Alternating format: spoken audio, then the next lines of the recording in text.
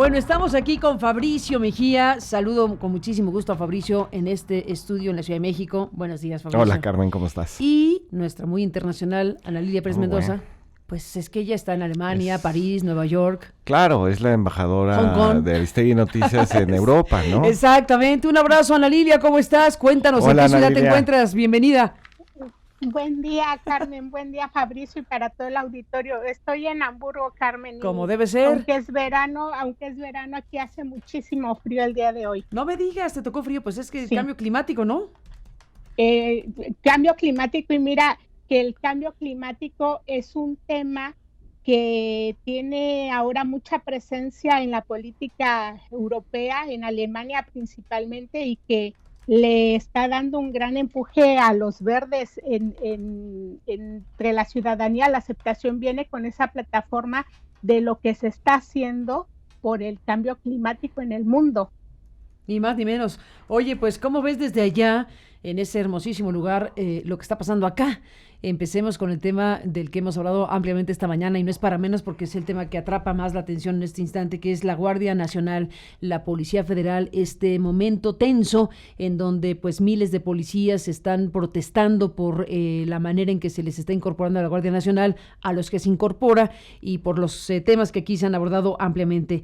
Bueno, pues Ana Lidia, Fabricio, les propongo un comentario sobre eso. ¿Cómo ven las cosas? Sí, yo me parece que habría varios puntos, pero en primer lugar yo lo trataría de entender como en el contexto, digamos, de una guerra que se terminó, que era la guerra de Calderón, decretada así, contra el crimen organizado. ¿Se terminó en qué sentido? Y se termina porque... se termina como estrategia. Se termina como estrategia. El presidente dice, se termina esta estrategia de lucha contra el narcotráfico, la guerra se termina, y hay otra estrategia, que es esta estrategia mucho más integral, digamos, de causas, de la violencia, etcétera, y que tiene como centro la construcción de la Guardia Nacional. Entonces, pensando que es una guerra que se termina, que se decreta que se ha terminado, tienes a los desmovilizados, ¿no? Siempre que se termina una guerra tienes soldados desmovilizados que siempre van a ser un asunto, digamos, un problema para la sociedad porque están desmovilizados. Entonces se trata, digamos, de verlo en ese contexto. Ahora, es, la verdad, una guerra, la de la Policía Federal, pues que no tiene, digamos, una victoria clara.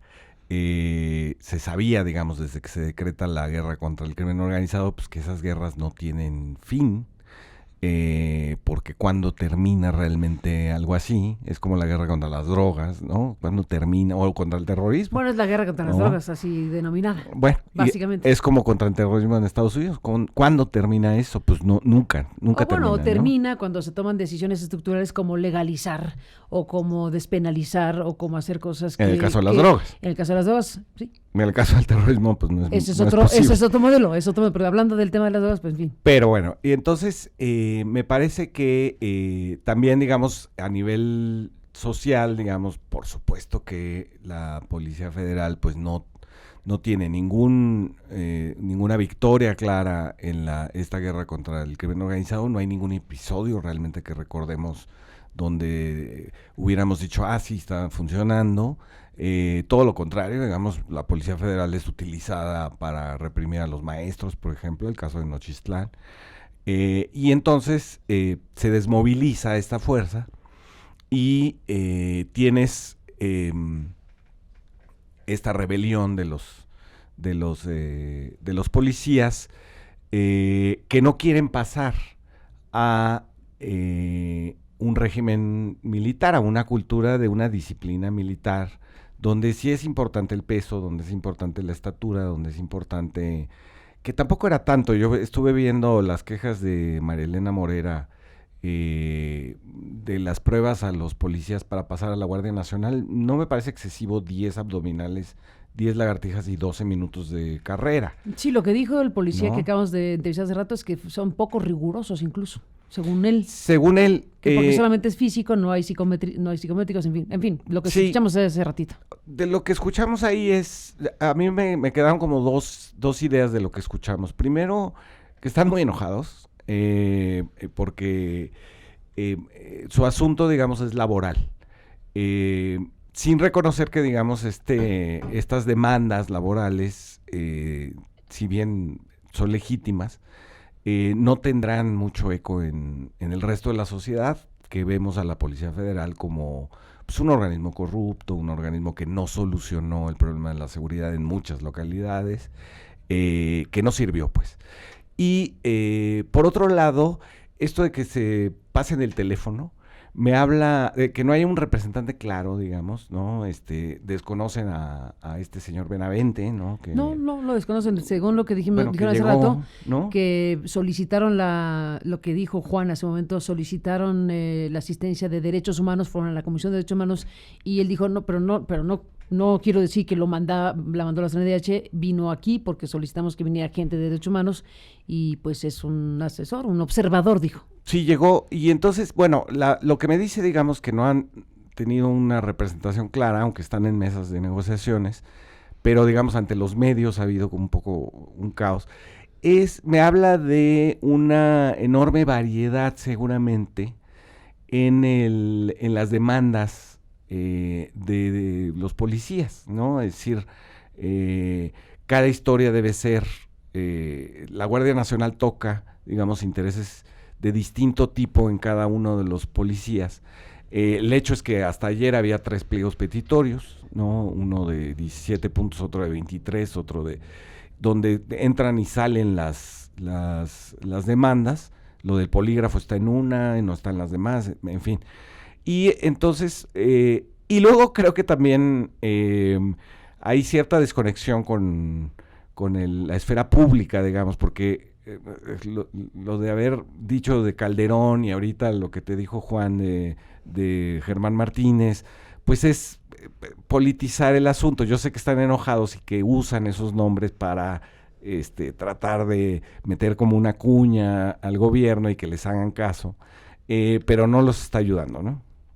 Bueno, dijo que lo de Calderón fue una ocurrencia de alguien que estaba ahí, pero bueno, en fin, parte de lo que está ocurriendo. Ana Lilia, ¿cómo lo ves? Pues primero yo diría que lo que en primer plano tenemos un reclamo laboral, pero que de fondo entraña una relación de discrepancias entre civiles y militares que no es algo nuevo. Claro. No lo es entre la Policía Federal y los miembros de las Fuerzas Armadas.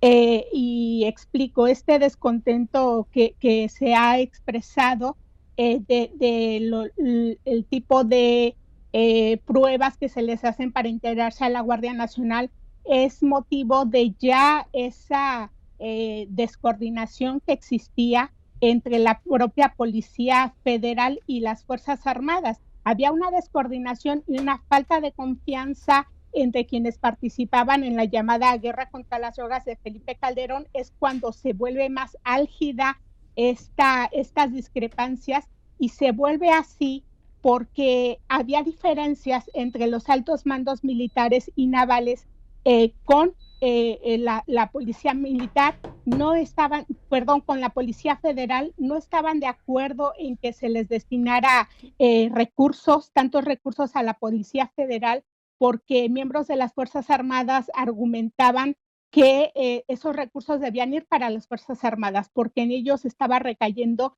la mayor parte del plan operativo. Esto que estoy planteando se le manifestó al alto mando durante el periodo de gobierno de Felipe Calderón, y desde ese periodo ya había una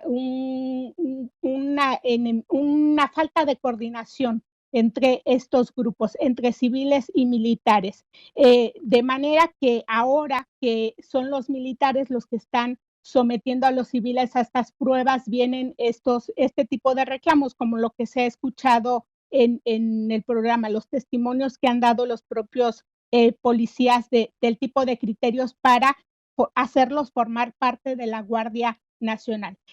Creo que de fondo hay un tema que se debe tomar con mucho cuidado, porque precisamente la falta de coordinación entre civiles y militares o la descoordinación y desconfianza entre las Fuerzas Armadas y las fuerzas civiles fue lo que llevó al caos en las operaciones en el combate al narcotráfico en el periodo de gobierno de Felipe Calderón. Después, con Enrique Peña Nieto, hubo más miembros de la Policía Federal, más de 36,000 miembros.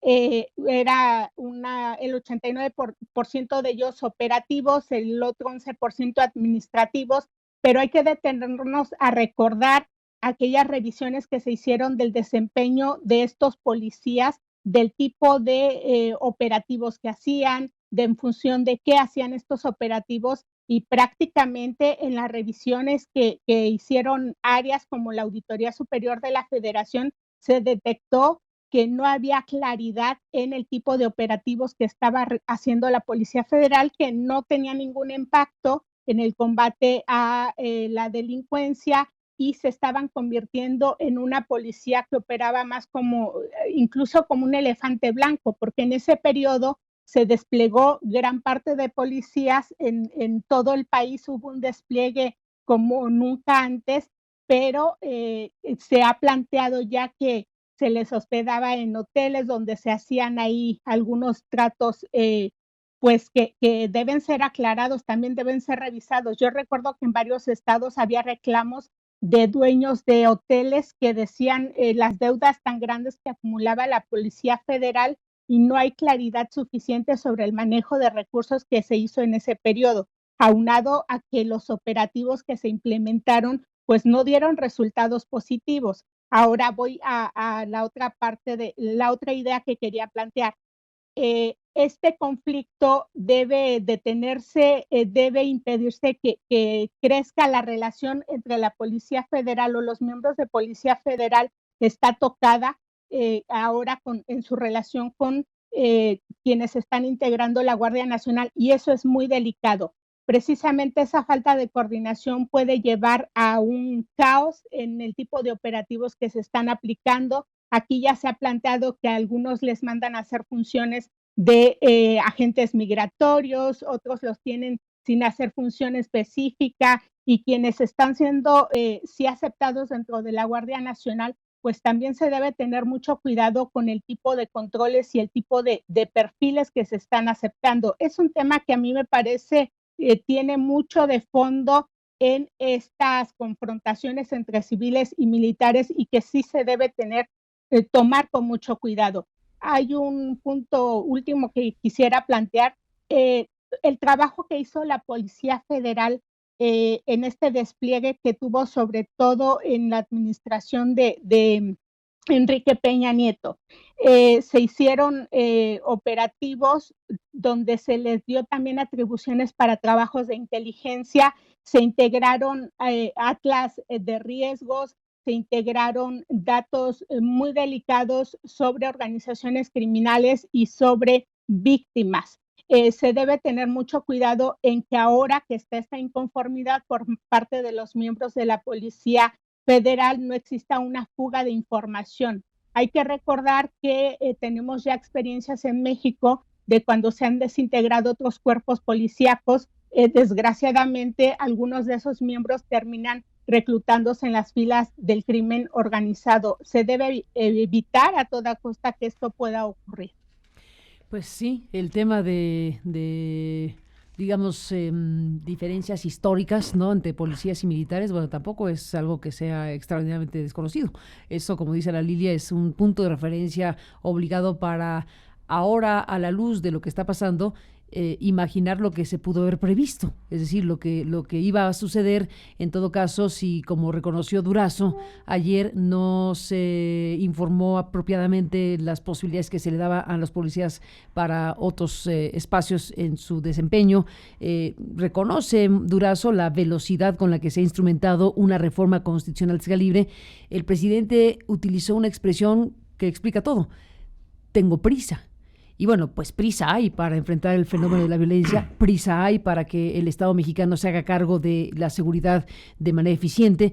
Se entiende la prisa y en esa prisa, pues ocurrieron fallas, como dijo Durazo el día de ayer, para encauzar lo que iba a ser una inconformidad evidente de gente que se ha dedicado a la policía y que ahora tiene un horizonte para ser policía militar, o sea, ser un policía pero con disciplina militar y todo lo que va envuelto. Amén de los bonos y de otras cosas.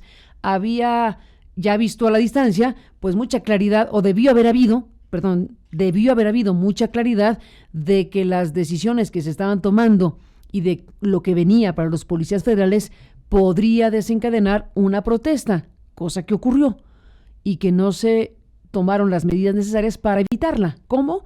Pues hablando uno por uno sobre su posibilidad de querer o no estar en la Guardia Nacional, y si no, pues tienes estas otras alternativas, y si no, te puedes jubilar por anticipado, y si no, lo que sea, atender cada caso de los policías federales, pues para evitar lo que hoy está sucediendo. Sí, en otra dimensión, digamos, tuvimos este mismo problema, yo no sé si recuerdes, cuando Rosario Robles era jefa de gobierno, después de Cuauhtémoc Cárdenas, ese año que estuvo 99-2000, hubo una revuelta ¿En el periférico? De los policías, no, en el Zócalo. En el Zócalo. Y revuelta de policías. A ver, cuéntanos. No dejaban salir a la jefa de gobierno ¿De la Ciudad de México? De la Ciudad de México, del edificio del ayuntamiento. Y hubo yo la recuerdo porque ahí sale la frase de Rosario Robles de "yo tengo las faldas bien puestas", que es porque sale a enfrentar a los policías, sale a encabezar, digamos, el mitin de los policías lo acaba encabezando la jefa de gobierno, y era un problema de también de exámenes toxicológicos, de peso. ¿Te acuerdas que después de eso se hizo un programa que no duró nada, de que les entregaban comida para que no comieran porquerías los policías saludable y fueran saludables? ¿Y cuánto duró eso? ¿Como 2 meses? Duró como 2 meses, que les daban una manzana y un sándwich, y ellos luego empezaron a cambiarlo por tortas de queso de puerco. Y entonces, bueno, no resultó, pero me acuerdo que ese fue un momento como de motín de la policía contra la autoridad por exámenes de control. Esto, digo, sin ser lo mismo, porque en ese momento era la Ciudad de México, eran los polis de la Ciudad de México, los queridos polis de la Ciudad de México, y ahora son estos 36,000 de la Policía Federal. Me hace recordar, digamos, que ya hemos tenido estos enfrentamientos entre autoridad y los policías por asuntos de exámenes y de asuntos laborales, ¿no? Pero lo que me parece importante de lo que dice Ana Lilia es, y me preocupa como ciudadano, de hecho lo veníamos comentando con el taxista ahora que venía yo para acá. Saludos a los taxistas. Saludos a los taxistas que sí oyen mucho este noticiero. Venía yo oyendo y nos serán los únicos, porque dicen que les va muy mal. Sí, yo creo que sí. Sí, porque nuestro rating está muy bajo. Sí, qué cosa lo tuyo. Oye, tenemos otros datos. Nosotros sí tenemos otros datos. Para citar a los clásicos. Sí, no, es que gracias a los que nos escuchan, a estos muy heroicos ciudadanos que escuchan este programa. Que a pesar de viento y marea escuchan este programa.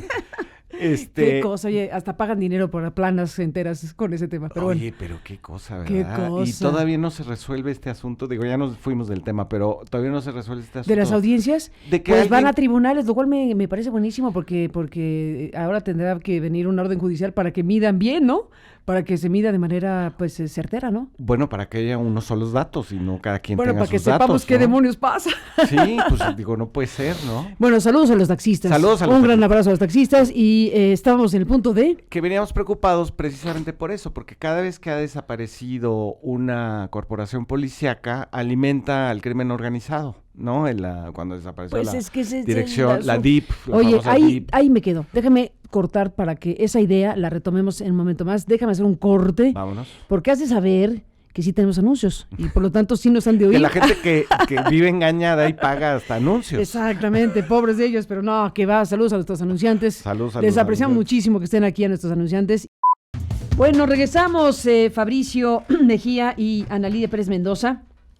Y nos quedamos en un punto que tú estabas abordando hace un momento, Fabricio, que tiene que ver con la pregunta obligada en este momento crítico para el tema de la seguridad y para el tema de la Guardia Nacional y los policías que se inconforman. ¿Qué va a pasar? ¿Qué escenarios ponemos para imaginar cosas como si los policías deciden no incorporarse a la Guardia Nacional, los que cumplan con requisitos, o los que no estén en la Guardia Nacional porque no quieren o porque no pueden por los requisitos y deciden salirse de ahí? Y los jubilan o los liquidan o lo que cada quien decida, porque lo que dice el presidente es que no habrá despidos.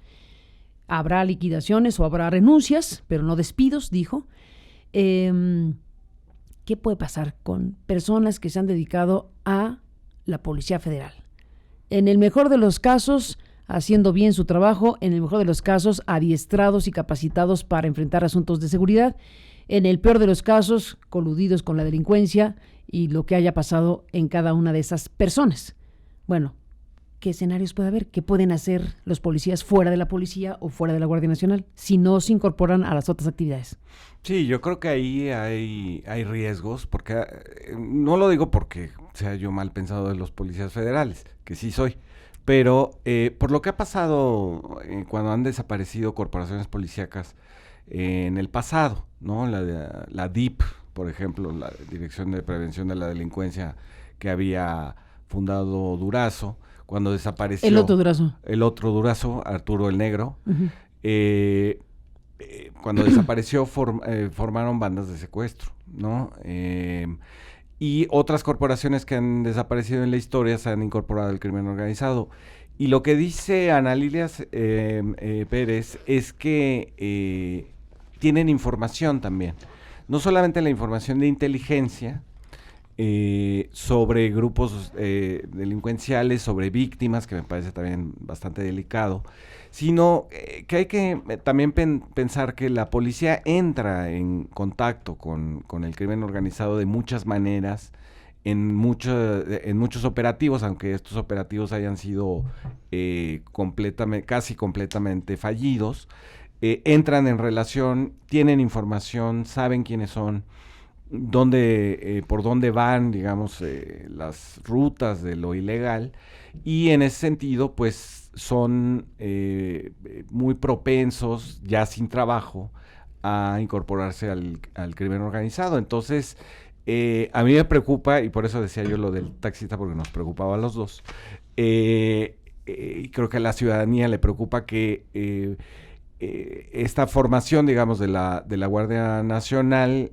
con una disciplina militar mucho más estricta, deje fuera a la policía civil, que de pronto se encuentre sin indemnizaciones suficientes, sin dinero para pagar sus créditos del Infonavit, etcétera. Todas las variedad de cosas que se han afectado en este cambio de corporaciones, y que entonces decidan irse al crimen organizado.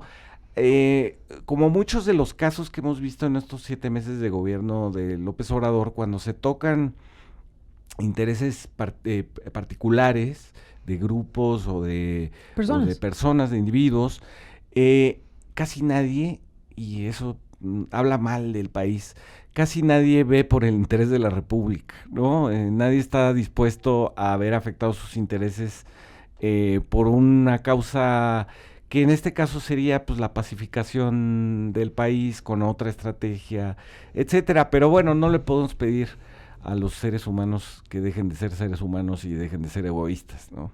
Ana Lilia, ¿qué dices?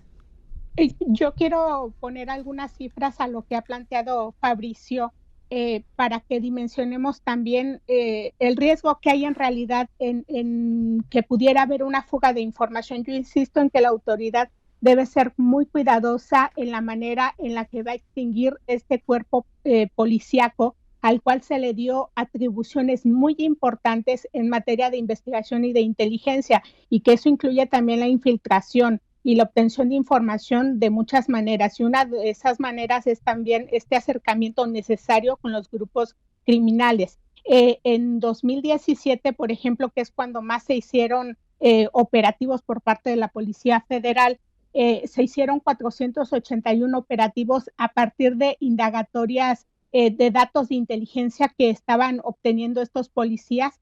Elaboraron 575 fichas de personas y organizaciones criminales, 52 agendas de riesgo de todo el país, 113.707 servicios con equipo especializado en vigilancia, detección y seguimiento de probables actos delictivos. Ingresaron 10.520 datos biométricos y balísticos a las bases de datos institucionales sobre presuntos responsables, pero también víctimas de los delitos. Y aquí hay un punto clave. Cuando se revisaban la manera efectiva o no efectiva que tenían este tipo de operativos, cuando se auditó el cómo se aplicaban, qué criterios se utilizaban para obtener esta información, cómo se bajaban ya un operativo para evitar la criminalidad.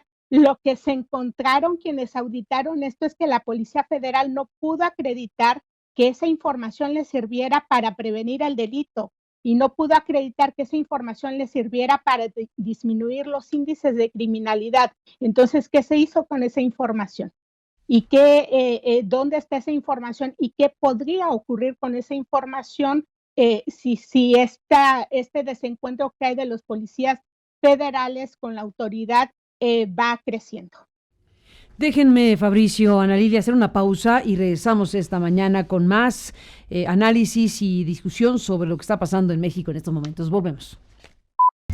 Bueno, son las 10:17 en el tiempo del centro. Entramos en la parte final de esta mesa. Tenemos varias cosas todavía de aquí a las 11, pero déjenme detener, Ana Lilia, Fabricio, con Emilio Lozoya, porque se giró orden de aprehensión contra Lozoya, ahora por el caso Odebrecht. Las órdenes de aprehensión también son contra su esposa, contra la madre y la hermana del exdirector de Pemex, Lozoya. La Fiscalía General de la República este viernes está anunciando que obtuvo de un juez de control las órdenes de aprehensión solicitadas en el caso Odebrecht. Contra Lozoya, contra Mariel X, esposa de Lozoya, Hilda Austin, madre del exdirector de Pemex, Hilda Lozoya, hermana de Emilio, y Nelly Aguilera, empresaria de bienes raíces, residente en Ixtapa. De acuerdo con la comunicación de la Fiscalía General de la República, estas personas cuentan con ficha roja de Interpol con relación a los delitos probablemente cometidos en el caso Odebrecht y que involucra a petróleos mexicanos. La dependencia señaló que el Ministerio Público Federal presentó ante el juez de control todos los elementos de probanza necesaria para obtener el resultado legal favorable a los intereses de la Federación en un caso que por mucho tiempo estuvo congelado en forma tan criticable, es lo que se dice en esta comunicación. ¿Cómo ves, Ana Lilia, cómo ves, Fabricio, este anuncio que hace la Fiscalía? Órdenes de aprehensión, pero en este caso por Odebrecht. Está la cuestión de la casa de Ixtapa que se adquirió de la forma en que se adquirió y por eso aparece también en esta lista de personas la empresaria de bienes raíces residente en Ixtapa, que fue pues en todo caso quien hizo la transacción o quien colaboró para la transacción de compra-venta de ese inmueble en Ixtapa del que se ha hablado ampliamente. ¿Cómo ves, Fabricio, todo esto? No, pues bueno, se judicializa después de 2 años y medio el caso de Odebrecht en México con esta orden de aprehensión. En días pasados, el abogado de Emilio Lozoya, Coello Trejo, había dicho que desde hace un mes ellos iban a entrar o querían pedir esta figura que existe en México, que no se llama testigo protegido, sino de oportunidad. ¿Que es el equivalente? Que es el equivalente porque... Que está buenísimo, porque de esa forma empiezan a colaborar. Y de lo que se trata es de que esclarezca el asunto, de que lo que sabe lo diga, de que traigan a los demás a que declaren y que entonces sepamos de cabo a rabo qué tipo de cosas ocurrieron. Exacto. O sea que está... porque sí, porque en este caso, el caso de Brecht y los otros casos que se están investigando, con Emilio Lozoya como centro, Me parece que sí se puede argumentar que hay conspiración para cometer delitos y entonces todos los involucrados tendrían que colaborar para bajar sus penas y tener la máxima pena para el que tuvo la mayor responsabilidad. Que en muchos casos pues serían los presidentes de la República, los secretarios de Hacienda y los directores de Pemex, ¿no? Que serían los casos. Entonces me parece interesante que se pueda desenvolver, digamos, como se ha desenvuelto en otros lugares, en Brasil, en Perú, este caso de acuerdo a esta fórmula del testigo protegido por conmutación de pena, ¿no? O de oportunidad, efectivamente. Pues por lo pronto la Fiscalía General obtuvo de este juez de control las órdenes de aprehensión que solicitó para el caso de Brecht y pues está ahí Lozoya y su familia y la empresaria de bienes raíces. ¿Cómo ves, Ana Lilia? Pues están estas órdenes de aprehensión. A mí me resulta un tanto extraño que por parte de los funcionarios de Pemex esté solamente Emilio Lozoya mencionado. Bueno, Fabricio ha comentado, los secretarios de Estado, secretarios en su calidad de miembros del Consejo de Administración de Petróleos Mexicanos. Y en este caso, pues asuntos que interesaban directamente a Enrique Peña Nieto. No hemos dicho en esta mesa de análisis que las decisiones que tomó Emilio Lozoya no las pudo tomar en lo individual. Un director en lo individual no tiene esas atribuciones. En el caso de las plantas de fertilizantes, respondían a todo el proyecto que se tenía desde la presidencia.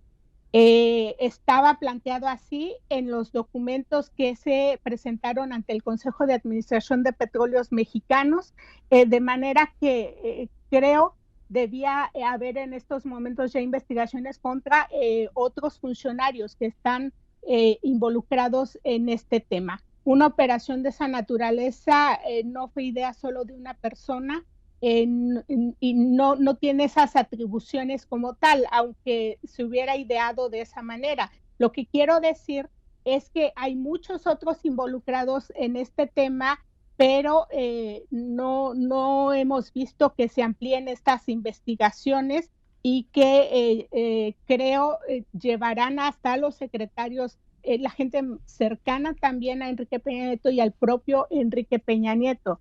Y curioso que están las investigaciones abiertas en México contra la familia contra la esposa de Emilio Lozoya. Ella es miembro de una empresa importante acá en Alemania y la prensa, como comentábamos la semana pasada, no ha tocado el caso para nada. Creo que es un tema que impacta un tema de corrupción global, como es el caso de Brecht en sí, y es un caso que impacta, en este caso también a Alemania, porque muchos de los intereses de empresas alemanas están en la industria petrolera mexicana, y hay un vínculo muy cercano entre los dos países, entre negocios, y a partir de la esposa de Lozoya también, que hoy está con esta orden de aprehensión. Me parece que debe haber investigaciones más a fondo, datos como más concretos de los funcionarios que estuvieron implicados en este tema. Cuando veo o recuerdo ese video de Peña Nieto bailando muy contento, muy despreocupado, pues bueno, no sé para dónde va la investigación de la Fiscalía. Creo que falta mucho todavía. Pues sí, veremos en qué va la cosa, pero bueno, no es cualquier asunto, creo yo, que finalmente se le haya otorgado por un juez de control estas órdenes de aprehensión. Quiere decir que convenció al juez de tener elementos suficientes para girar estas aprehensiones, y veremos cómo se van dando las cosas, porque al final estamos también pues con la duda de si están en México, si no están en México. Hay ficha de Interpol, así que todavía falta por saberse si van a ser detenidos y en qué condiciones va a desarrollarse la investigación. Sí. Pero ya el tema Odebrecht, en este caso, ya estamos hablando de lo que podría ser este tema de los posibles sobornos, ¿no?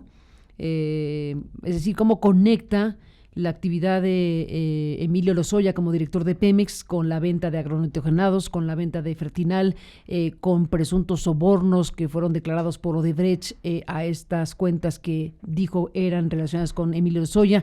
Todo esto conecta, al final de cuentas, con este gran escándalo mundial, con este gran proceso o maxiproceso multinacional cuyo origen y epicentro fue Brasil, por la empresa constructora Odebrecht.